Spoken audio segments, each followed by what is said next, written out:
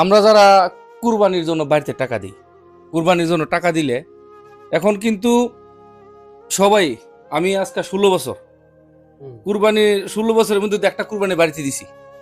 কুরবানির টাকা দিলাম, কুরবানি দেওয়ার সময় বাড়িতে ফোন করে কোনদিন কোনা যায়, বাবা দেখ গরুটারে ধরতাছে, শোয়াইতাছে, কুরবানি দিতেছে, হ্যাঁ তুই দেখ। হ্যাঁ, এটা আমরা কোনা এই সময় সময় নাই, গরুটা কিনে একটা ছবি দেওয়ার পর আর আমরা খবর লো না।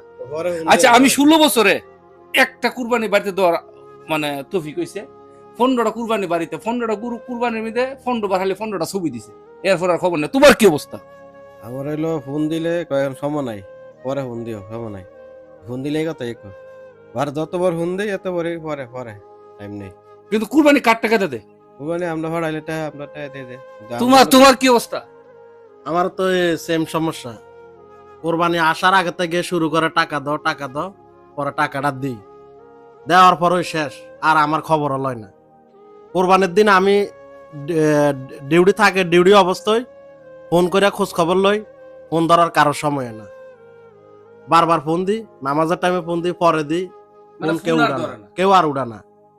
একবারে যাই রাত্রে আমার জানা কোরবানির গোস আমরা খাইছি, কোরবান দিছি, 7 আপ খাওয়ার পরে, 7 আপ খাওয়ার পরে, তাও গোস খাইয়া 7 আপ খাইয়া তারপরে। কামালের কিন্তু আমার টাকা দিয়ে কোরবান দিয়ে আমার একটু দেখাও না, আমার একটু বলো না। আমি তো খাইবারও পারি না, একটু দেখবে চাইলো হেগো সময় হয় না। কামালের কি অবস্থা? আমি তো একটা কোরবানি পাইছি, এটা আমি দিছি। কত বছরে? 12 বছরে মনে হয় একটা কোরবানি দেশে দিছি। তুমি তো তোমার 15 বছর 16 বছরের কাহিনী একটু বলছো, কুরবানি কাহিনী। আমার 16 বছরে ঈদ একটাও দেশে করতে পারিনি, না বড়টা না ছোটটা, কোনোটাই না। আমার মতন আছে কিনা কেউ সন্দেহ আছে এই দূরপ্রবাসে।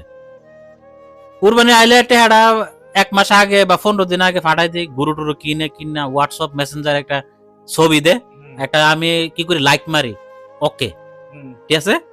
তো বাংলাদেশের আগের দিন তো ঈদ করে লাই, ঈদের দিন ফোন দিয়া কই তোমরা কালকে 12টা ঈদ কইরো, হেরা কইছে ইনশাআল্লাহ আমরা করব। ঈদের দিন যখন শুরু বাংলাদেশও সোয়াল থেকে ফোন দিতে দিতে রাত 8টা, পুনর খবর নাই। কি হইছে? আমরা তো গরু কাটাকাটি নিয়ে বহুত মহা ব্যস্ত, বহুত ব্যস্ত। আর আমরা যে আছি বিদেশ, আর আমরা যে বিদেশে সেটা আর খবর নাই। হ্যাঁ, আমার সবকিছু আমার, কিন্তু আমার মূল্য নাই। গরু টুরু খাইয়া এভাবে একটা টয়লেট সাইরা 10টার সময় ফোন দিবা, হ্যাঁ আমরা গরু টুরু খাইছি, খুব ভালো হয়েছে এবার কোরবানিটা, আলহামদুলিল্লাহ। তুমি কি খাইছো? এটা রাত্রে 10টার পরে আমি যে খানা খাইছি বিদেশের মাটিতে, এটা যদি আর কই তারা কই সারছে। এই হইলো পরিস্থিতি।